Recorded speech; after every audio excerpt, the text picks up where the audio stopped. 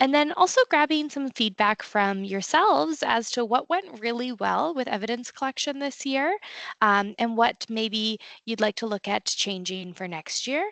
And that could be something that is different or specific to your practice, or it could be something that is specific to your school's practice. This is a nice collaborative group to be able to learn from each other. So I'm excited to hear from you there. And then as we move forward, we kind of start to question, well, now what? So where are we in that learning cycle? And what purpose does that evidence collection serve for us? What are our next steps with the information that we gathered from that evidence collection process? And then how do we target the areas of growth that we've identified in students' evidence? And so I've gone ahead and collated some of the most common areas of growth that I see when I'm working with ELD teachers and students.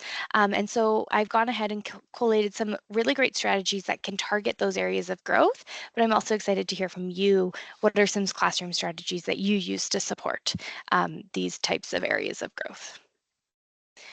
So I'd love to just take a minute and please just unmute. You can put it in the chat if you're more comfortable as well. I'd like to just take a minute to just celebrate something that went really well in your building with evidence collection this year. I know the timeline changed a little bit, but was there something that your school did to support the evidence collection process that went well? Was there an idea that you put into practice in your classrooms that just really worked to collect evidence for your ELD students? Or is there something that you're considering revising for next year?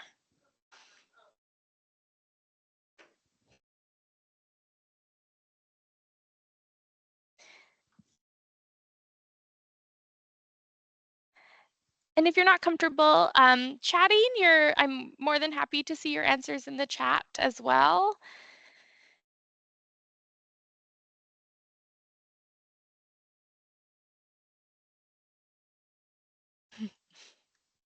I see typing, so I'll give it a minute.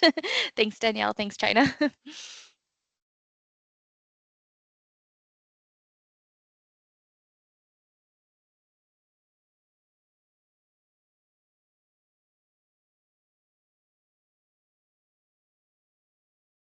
Oh, awesome.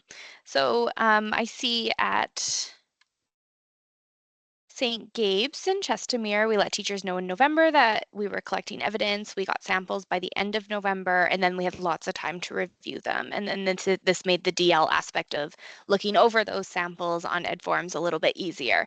Yeah, I think that timeline sounds really great, China. And we've been talking a lot about how this really informs practice. Like the purpose of that evidence collection really is to inform teaching practice. And I do think that earlier date really lends itself to that. Jessica, I love hearing from you. So one thing that went well was sitting with the students and going through the annotated evidence with them. I would love to continue doing this. Thank you, Jessica. I'm going to put a little heart beside it because that is so important, right? To continue that cycle of assessment is to really include students in that cycle, especially for those students in that Division 3 range where they're starting to learn that autonomy in their own learning. I think it's so important to include them in that assessment process. I love it. Danielle, reminding teachers to do lots of scaffolding and brainstorming prior to writing so students can activate their background knowledge on a subject. It was also helpful to review the benchmarks with students so they understand how they will be assessed. I love it. I think that kids were much more invested when teachers took the time to do this. I totally agree, Danielle. I think it's really important that students see the benchmarks or the language or the outcomes that are on the benchmarks so that they have an understanding of what they're being assessed on. And I think it's common that we present a lesson or an idea to students with like an I can statement or some sort of objective, and including them in that process is so important. And Rhonda, I saw you typing, so I'll give you a minute, but I'll move on for now. Thanks. Yeah, so I just wanted to collect a little bit of feedback from you guys. Oh, Rhonda, thank you. We did samples in December as January is a really crazy month. Even though we had reminded teachers to review the EPD videos to review the process, very few did, and so we reviewed it. There were several teachers we had to gently correct, and some even redo the process. Yeah, next year we'll likely show it during a PD day to ensure that they are seeing it firsthand. I love that idea, Rhonda. I think using that time during a PD day to actually do it as a group. And I think annotating as a group is a great way to have those dialogue about what teachers are seeing. And that way, teachers are sharing strategies that they're seeing. I also think we've been thinking a little bit on our team about how we can make it a little bit more accessible for teachers. And if we can kind of include some examples of what it might look like to annotate a piece of writing, that might be helpful for teachers as well. Yeah, thanks guys for sharing. I really appreciate it. So we have gone through this whole process of evidence collection, and I know it feels like a long process, but it's so important because it's really the start of that assessment cycle. So when we're looking at benchmarks, we really want to start to look at it from the lens of that formative assessment. And although we do put a numerical value on students' language proficiency level, because there is no end, it's very cyclical to the learning progress of language. We really do consider it a formative assessment. And so we're not using this as a summative piece to say we're done learning these outcomes, now we're moving on to the next outcomes.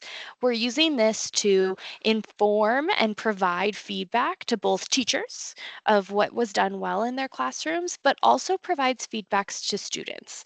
And so like Danielle said, and Jessica said, it's important that students are involved in this process so that not only is the teacher learning from the evidence collection process, but the student is learning from the evidence collection process.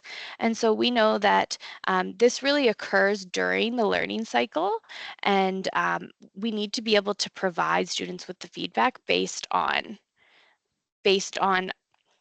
that assessment process. And so we know that the evidence collection process guides appropriate programming for EAL students, and it sets focus for instruction and assessment. And that evidence collection process happens in January. But as ELD teachers, I don't believe that's the only time you're really collecting evidence. Although it might be the only formal time that you're uploading it to EdForms and you're on a timeline with your assessment, this evidence collection process is happening in ELD classrooms all day, every day. Every time you have students speak and you're thinking about or how the students are speaking and what outcomes they're hitting when they are speaking, I think it's important that we think about that as that formative assessment piece. And so the next process is the continuation of that learning cycle. So from that evidence collection, we've now informed our teaching.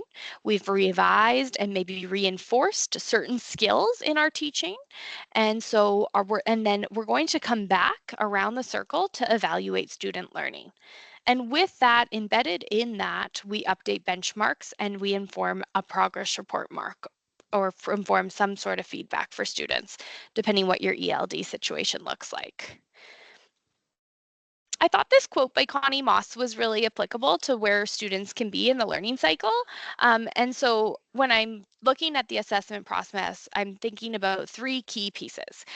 One is where the learner is going, where the learner is now, and how does the learner get there? So I feel like the evidence collection process did a really good job of informing us of where the learner currently is. And now our job is to talk a little bit about where is the learner going and how does the learner get there? And so today in our session, we're going to talk a little bit about how we get the students where they're going. The quote by Connie Moss says, the process of collecting and interpreting evidence of student progress is to inform reasoned judgments about what a student or group of students knows relative to the identified learning goal. And so depending on what your ELD situation is, in your Division 2 range, you're looking at the benchmark outcomes as their learning goal. And in Division 3, you're looking at the locally developed course outcomes as the student's learning goal. And a bigger goal for students is really that communicative competence that we're looking for. And so now we need to kind of scaffold back and see what areas of strengths did my students have in their annotated sample, and what areas of growth do I see in not only this sample, but in the collection of evidence that I do daily in the classroom. And so how do I get students to be successful moving forward? So when I think about this, I think about it from, let's take a look at a student sample. Let's identify some of the strengths that this student has shown me, and then let's identify some of the areas of growth. And then how do we target those areas of growth? So on the screen, I just have it's just a sample of student work. And so when I look at it, it's a sample that is about that level 3 range. So, and it's a student talking about migration and how that has been very impactful on the country and identity. And so when I looked at this sample, some of the strengths that I saw was that there is an attempt to write in basic paragraphs, which in that junior high or Division 3 range is a level 3 outcome. So that I think is a strength for an ELD student. If they're able to attempt to write in a basic paragraph, we know that there's an understanding of what it is. There might just be some correction that goes along with it. I noticed in this sample that there was a variety of sentence types, and with some grammatical errors, which we know would be appropriate for that level 1 to 3 range. I also noticed that there was a very beginner use of cohesive devices in this sample. There was a lot of repetition of cohesive devices, like the word and also. And when I think about cohesive devices based on the benchmark exemplars, I think that those are kind of more beginner level cohesive devices. So I just want to kind of keep in mind that an area of growth for this student would be to indulge in more diverse use of cohesive devices, but also the teaching that comes along with that is what is important. I know in ELD that you didn't all collect a writing sample. Many of you collected a speaking sample. And so I thought, let's just quickly take a look at what a speaking sample might look like. So I have this sample here, and this one is about a level 3 as well. And so you can see that there's the questions on the speaking prompt that were provided to the teacher, and then the student's responses just shortly below. The student said, it reminds me of our LC because we have a table for building. And then the teacher prompts with what are those called, and the student says Lego. Yeah, we have a Lego table. So when I looked at this, I could very clearly identify an area of growth for this student, and I could identify a strength. I'm going to give you a minute here to you can just pause, look at the sample, and then maybe try and identify a strength or an area of growth for this student. And you're more than welcome to put it in the chat, but you're also more than welcome to just say it out loud. So if just you can identify a few strengths or a few areas of growth, but even just one is helpful.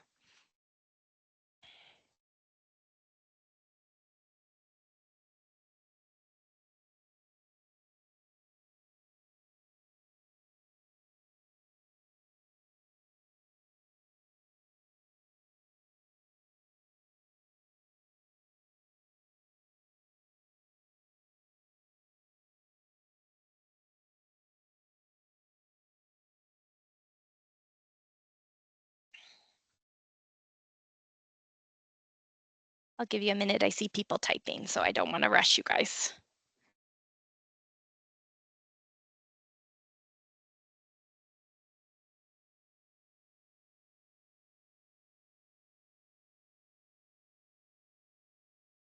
Okay, so I could share a little bit too, is that I thought of as a strength, I thought the vocabulary was very appropriate for a level 1 or 2 student, to be able to identify specifics like Lego, more so than just blocks or colors, would be above that level 1 range.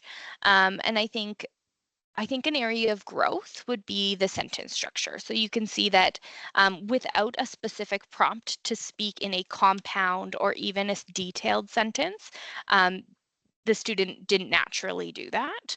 And some of the words were just fragmented words put together into a phrase.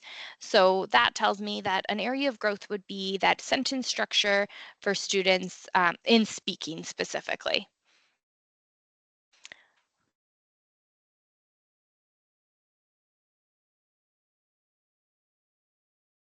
I also wanted to note that like an example of the vocabulary that I saw was there was some very good descriptive vocabulary in there. And there was some use of cohesive devices appropriate at that level 1-2 range. Like he used the because a couple times to be able to put sentences together. And Jessica, I see that you identified some of those strengths of vocabulary that the student used, like squishy or for building. And thank you for doing that. I think that descriptive vocabulary was well done on this student's end. So now I know an area of growth for this student, though, is sentence structure. And so that's something for me to take into my teaching. Common areas of growth that I have seen is academic language, cohesive devices, and sentence structure. And so I'm going to start today by looking at the academic language piece. And so when we're looking at academic language, it is tier 2 words that are interdisciplinary and may describe a process. They're directing words, transition words, words with multiple meanings.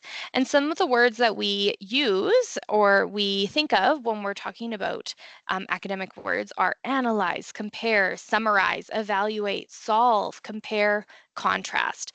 These words have multiple meanings in various subjects, and so they're very context dependent. If the student is not understanding the context, they will probably have a more difficult time understanding that academic vocabulary. And so what can we do to support that in the classroom? And so I've just put 3 strategies. There's multiple strategies that you can use to target academic language in the classroom, but 3 really quick ones that you can do in the classroom or you could share with a teacher to do in the classroom would be academic word of the day. So introduce word of the day and encourage students to use it throughout the day in their speaking and writing. You could pair this with the academic word wall that we have. And actually, I think Rebecca will put that in the chat for us if she doesn't mind.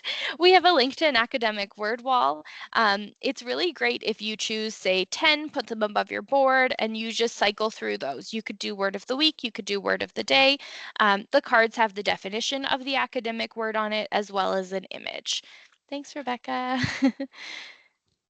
Another way to do this is to rewrite sentences using academic language or rewrite a sentence simplifying the academic language. And so I think sometimes classroom teachers might be more keen to just rewrite words, simplifying the academic language because our textbooks and worksheets that students or teachers are very generally using in their classrooms are often written with heavy academic language.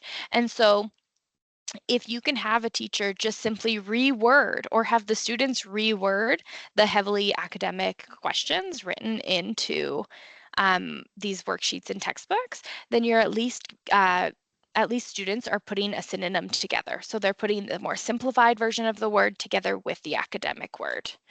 Another way to target it really briefly, just in assessments, is to literally just put the synonym for a more simplified version of the academic word beside the complex academic word.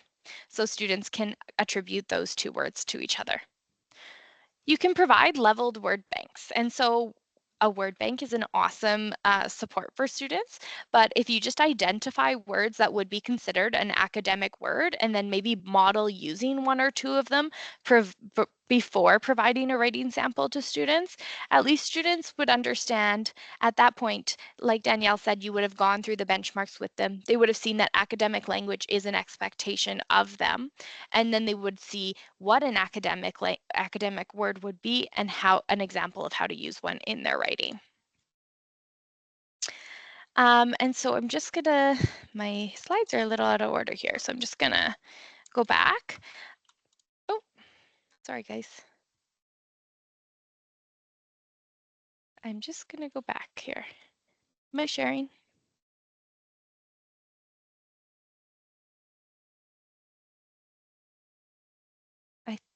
I accidentally stopped. Rebecca. I'm going back, I'm sorry.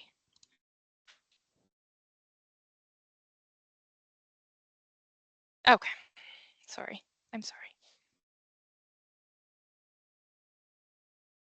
Is it good? Good? Oh, I'm so sorry, guys. I accidentally stopped sharing screen there for a minute.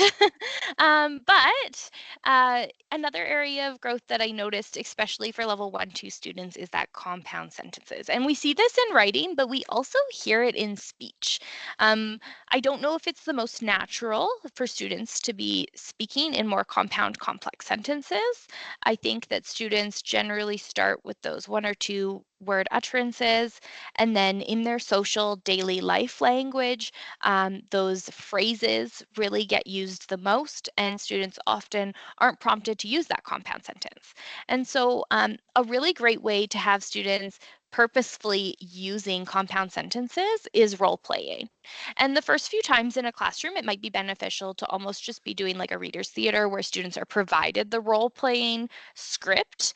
And so that way they're becoming more familiar with that type of language in reading, and then gradually progress to having students create the dialogue between characters and prompting students to use a few compound sentences in that dialogue. That way, students are purposely practicing speaking in compound sentences. I'm sure it's something familiar to many of you is sentence stretching. So you can start with a really simple sentence and have students expand it into a compound sentence by adding another related idea or adding a conjunction. So you might start with a simple sentence and maybe a second simple sentence, and then you might add in that conjunction or add in another related idea to combine those sentences. And that leads into sentence combining. You could provide students with pairs of simple sentences and provide students with the words like for, and, but, yet, so, and then have students combine those sentences into more complex or compound sentences. A sentence scramble is a great way to have students really interacting with the different types of sentences. So you can write the parts of a compound sentence onto 2 different sentence strips, and if you had, say, 10 of those parts, students could match them into the sentences that would be related ideas, essentially. And again, context is so important for this. So I'm not sure you'd find much success in that if it was on a topic where students didn't have background knowledge. So if you just decided to do some sentence scrambling one day on a random idea of, say, wildlife, if students haven't had that background understanding about wildlife, I think that would be more difficult for them. But if students have the background understanding and they can see that ideas are related or understand what the ideas are, I think you'll have some success with that. And I think one of our most popular areas of growth for students is cohesive devices or connection and transition words. And I think this happens in speaking, but also in writing. And so what are cohesive devices? To be really simple, can be sentence starters, they can be transitional words, and they are words that are used to sequence ideas or show some sort of passage of time.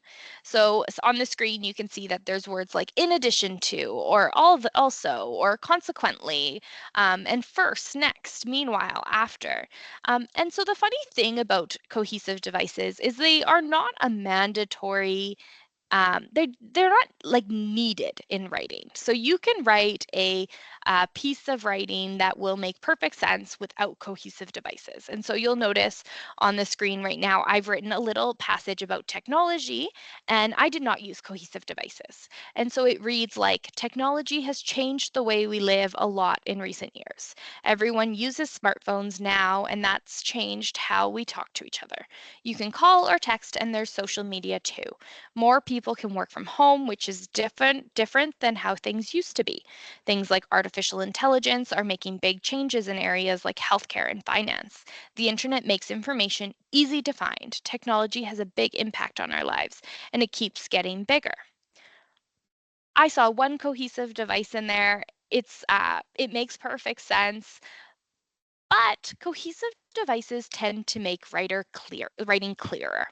It tends to elevate the style of writing, and is really a higher level writing skill that would that will really inform that rigor in students' writing.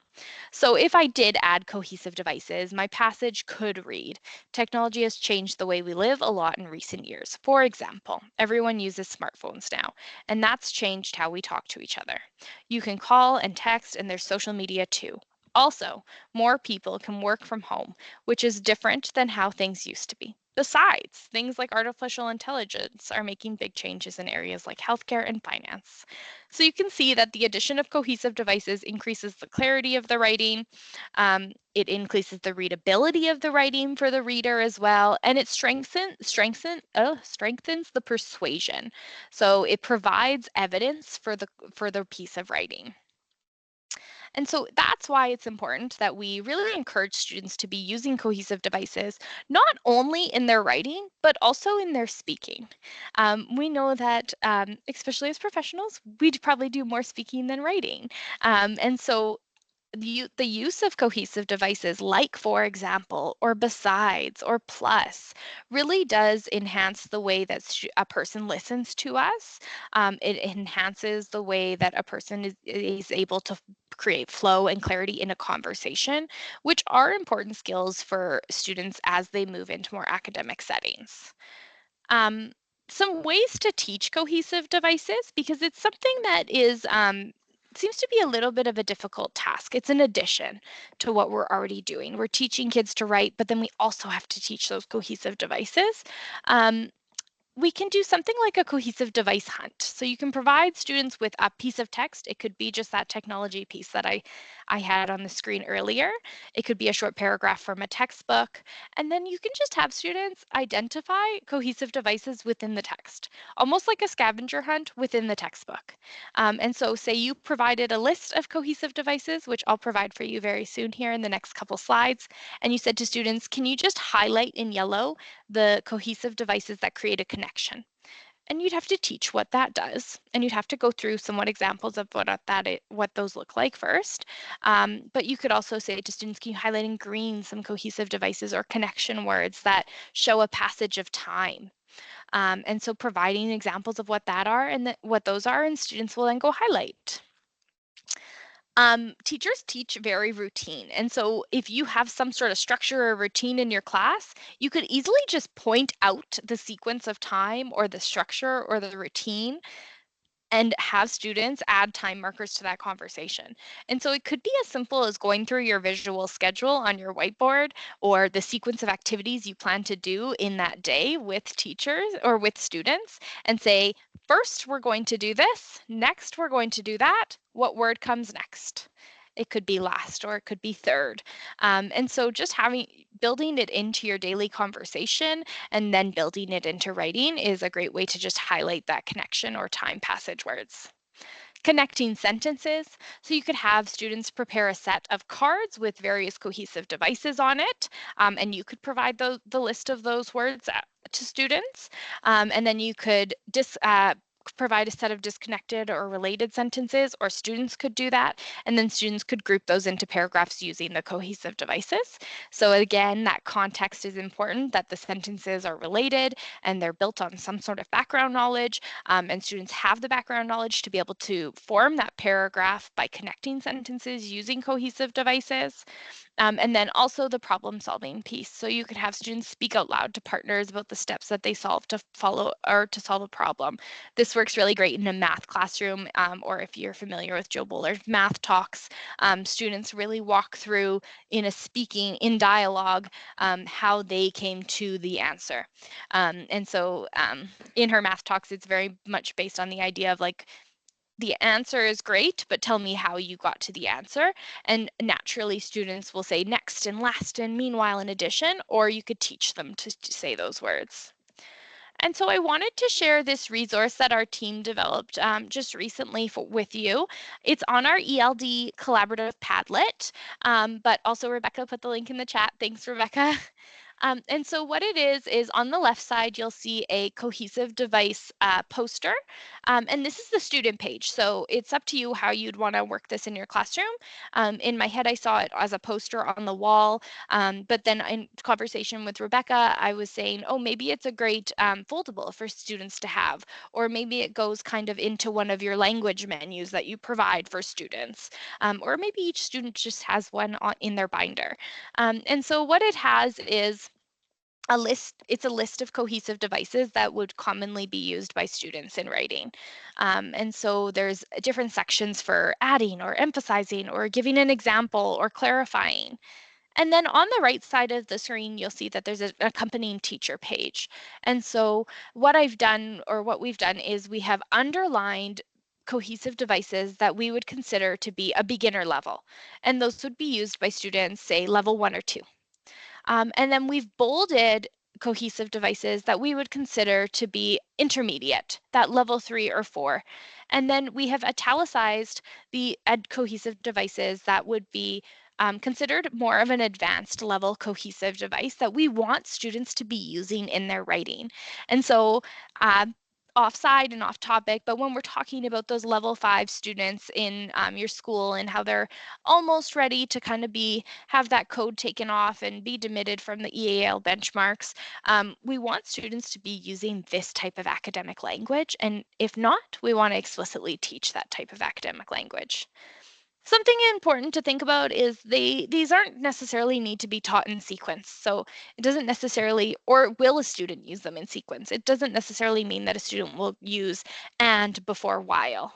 But it's more just a reference page for when you are assessing a piece of writing or a speaking sample, what type of cohesive device would lean itself to what level. Oh, I just clicked the link myself. So if you click the link, it'll take you right to there. Another document I just wanted to bring to your attention is when you are doing some sort of assessment of writing or speaking, we do have this supporting document that has each language outcome defined with examples. And so I find this really helpful if you need some examples of academic words or some examples of what descriptive words might look like or some examples of what everyday words might look like. It's a nice document to just kind of have and reference. And then lastly, I just wanted to put in one last plugin for our ELD collaborative Padlet. I want to thank you all for contributing to the Padlet and keeping it lively and relevant and new. So thank you so much. If you have great ideas that you are doing in your ELD classroom, which I know you all do, please just take a minute to share a picture, or you can just send it to me and I will share it on there. And I'm gonna try and keep up with the holiday slide decks that I had been posting. I'm sorry I missed Valentine's Day, but I'll try and keep up with those so you guys have some talk time activities to do in your classroom.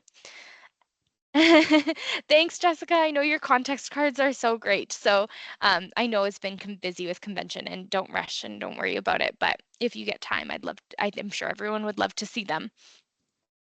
Lastly, a plug for our EAL newsletter.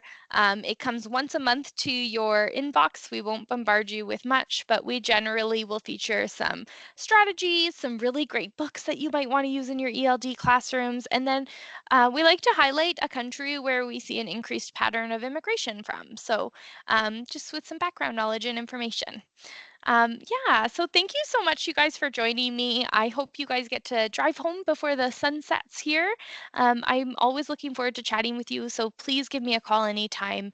I'm happy to chat through anything with you guys, okay? Thank you so much.